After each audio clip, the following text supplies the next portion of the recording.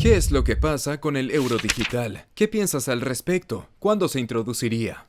Bueno, eso no puedo decirlo. Es muy poco claro todo lo que está pasando en realidad. Me imagino que se está haciendo todo de tal manera que parezca que ya no está muy lejos, porque aquí en Occidente la única forma de introducirlo es por sorpresa. Estoy seguro de que en el fondo este proyecto solo existe para poner a la gente de rodillas. Vemos que se está haciendo todo lo posible para colapsar la economía. Creo que por ahora la gente no debería fijarse mucho en los mercados financieros, porque están siendo inflados artificialmente usando todas las formas de manipulación por detrás.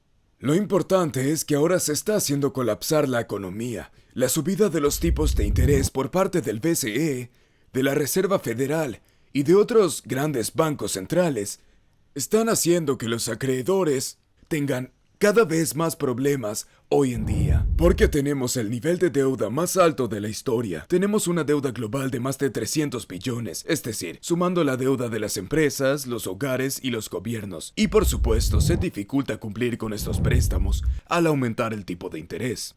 Y claramente esto afecta a la clase media y a las pequeñas empresas, es decir, son los primeros que perderán. Las grandes empresas pueden hacer frente a ello, tienen una increíble cantidad de reservas, pueden soportar un periodo difícil más tiempo. Lo que se está haciendo es llevar al colapso la economía, sobre todo la clase media. Vamos a tener un número increíble de desempleados, habrá mucha necesidad, especialmente en el estamento de ingresos más bajos, que se verá afectado por la inflación, sobre todo en los alimentos. Todo se está preparando para generar inestabilidad social y debido a esto es probable entonces que se plantee un ingreso básico universal y de esa manera se intentará llevar a la gente hacia las monedas digitales. Por cierto, también es interesante saber cuál será el papel de China en esto, porque mucha gente supone que China se opondrá a Occidente. El de Rusia también es interesante, pues muchos consideran que Rusia se opondrá a esta agenda occidental. Con respecto a China hay señales muy claras de que este no es el caso. Actualmente hay un proyecto de CBDC que se llama Puente de la CBDC múltiple, que es llevado a cabo por China, Tailandia, Hong Kong,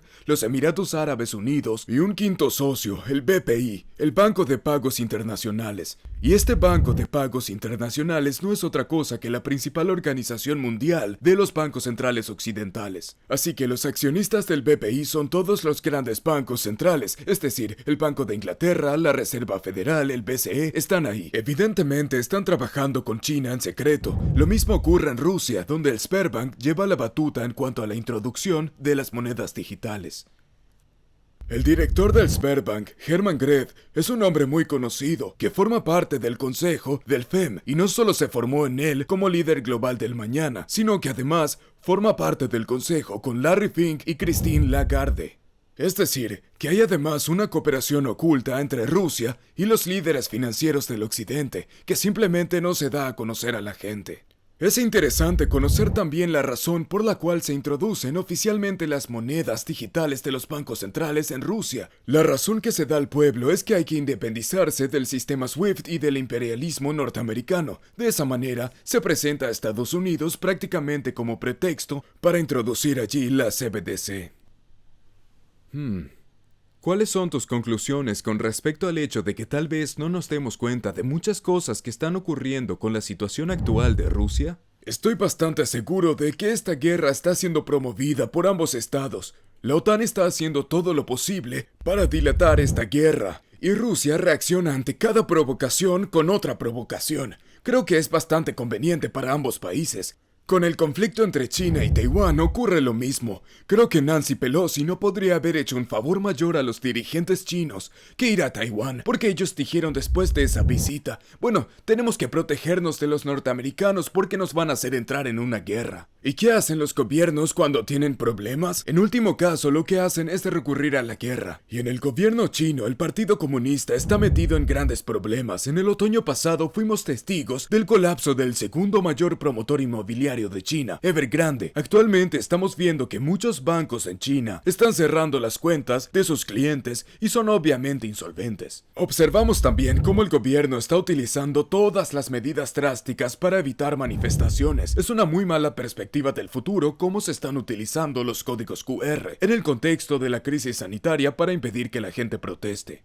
En ese sentido, todos estos gobiernos se benefician unos a otros. Considero que es importante no fijarse en lo que los gobiernos están haciendo ahora. Hay que ver qué hace el complejo financiero digital, las grandes empresas de informática y los grandes gestores de activos, y en qué situación se encuentran. Lo que ocurre es que están teniendo problemas porque el sistema en el que se basa su poder ahora se está derrumbando, y tienen que introducir un nuevo sistema para mantener su poder. Ese nuevo sistema debe ser dinero digital del Banco Central, porque el dinero antiguo ya no funciona de la misma manera que lo ha hecho siglos atrás. Cuando hablamos del tema de Taiwán, sonaba como si ellos ya se estuvieran imaginando que podría haber otra guerra allí. En este momento, es como si por todas partes se están encendiendo fuegos, y creo que es lo mismo que está ocurriendo en el Oriente Medio. Además, nos enteramos de que ha vuelto a ocurrir algo en la Franja de Gaza, y de que se siguen manteniendo todos estos conflictos para que vuelvan a estallar en cualquier momento.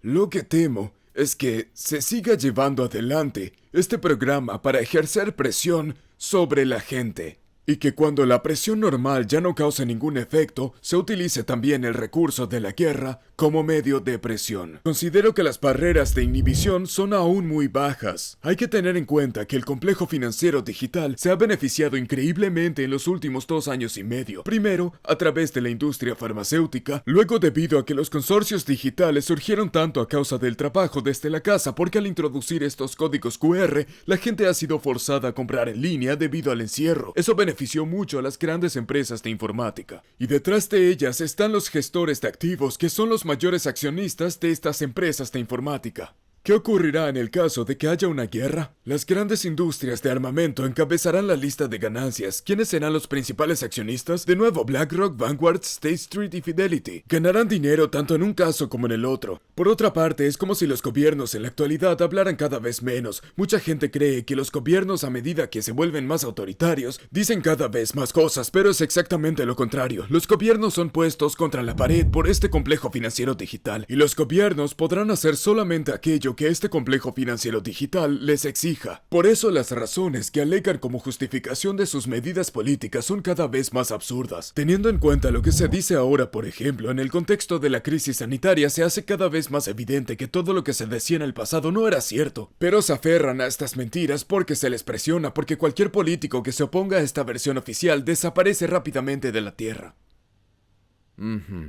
Antes de pasar a la pregunta final, a cómo podemos defendernos de esto y a qué podemos hacer, considero que ha sido una entrevista muy interesante. Por eso te invito a que le des me gusta, comentes y compartas también, porque mucha gente ni siquiera se entera de esto. Es una de las mejores herramientas, posibilidades y armas, por así decirlo, para saber cómo podemos lidiar con estas tendencias. Y esa también sería mi pregunta: ¿qué podemos hacer ahora o simplemente tenemos que observar? Claro que no. Creo que lo que estamos haciendo ahora es exactamente lo que podemos hacer. Hay que educar a la gente. El 99% no sabe todo esto. Porque claro, la introducción de la CBDC se oculta en gran manera a la gente. Se tiene que explicar qué es lo que pasa en realidad. También hay que advertir a la gente sobre estos sitios. Por eso mi recomendación es que entren en internet y escriban las palabras CBDC Tracker. Un sitio es cbdctracker.org y el otro es CBDC Tracker del Atlantic Council. Ahí se explica cómo se están desarrollando estas CBDC, dónde funcionan los proyectos piloto, dónde se introdujeron estas monedas, dónde se cancelaron las pruebas. Definitivamente hay que informarse al respecto. También hay que informarse sobre algunas organizaciones que están detrás. Encabeza las mismas la Alianza Mejor que el Dinero. Esta alianza se fundó en el año 2014 con la participación de grandes fundaciones como la de Bill y Melinda Gates, que hoy en día cuenta con casi 40 gobiernos como miembros y está procurando que el dinero en efectivo retroceda cada vez más. Lo que podemos hacer en el día a día es seguir insistiendo en utilizar el dinero en efectivo, pagar con efectivo, pero a la larga no vamos a poder defendernos de esta manera. Tenemos que tener siempre en cuenta que los poderosos tienen la posibilidad de hacer lo que hacen porque la mayoría de los ciudadanos no entiende lo que realmente está ocurriendo. Si arrancamos el velo de todo lo relacionado con este asunto y enseñamos a la gente, esa será la manera más efectiva de luchar contra estas medidas. Bien, Muchas gracias por esta excelente entrevista y también por tu incansable labor educativa que yo mismo vengo siguiendo desde hace muchos años. Deseo que sigas teniendo mucho éxito. Les invito a compartir, darle me gusta, comentar. Hacerlo ahora es más importante que nunca. Sin duda esto seguirá siendo un tema interesante. Definitivamente seguiremos trabajando juntos en esto. Bien, si quieres decir algunas palabras finales, puedes hacerlo ahora con mucho gusto. Lo más importante en este momento es no esconder la cabeza en la arena. Al hacer eso, se le permitirá a la contraparte que lleve a cabo todas las medidas que tiene previstas de manera oculta. Hay que levantarse, hay que luchar contra ello. Lo más importante es enseñar a las personas que uno tiene en su entorno. Cada uno puede aportar un poco hablando con sus vecinos, conocidos, familiares y amigos. Claro, debemos aprovechar las oportunidades que aún nos quedan. Además, hay que señalar que la censura es increíble últimamente. Ya no se permite decir muchas cosas, solo se le puede explicar a las personas de forma encubierta. Así que simplemente tenemos que intentar imponernos. Hay algo que siempre se debe recordar. El poder de los que tienen el mando está basado solamente en la ignorancia de la mayoría de las personas y no en otra cosa. No se fundamenta en las armas ni en el dinero, sino en la ignorancia de la mayoría de la gente. Si logramos acabar con eso, podremos ganar la lucha. Excelente conclusión. Muchas gracias, señor Wolf. Gracias a ti.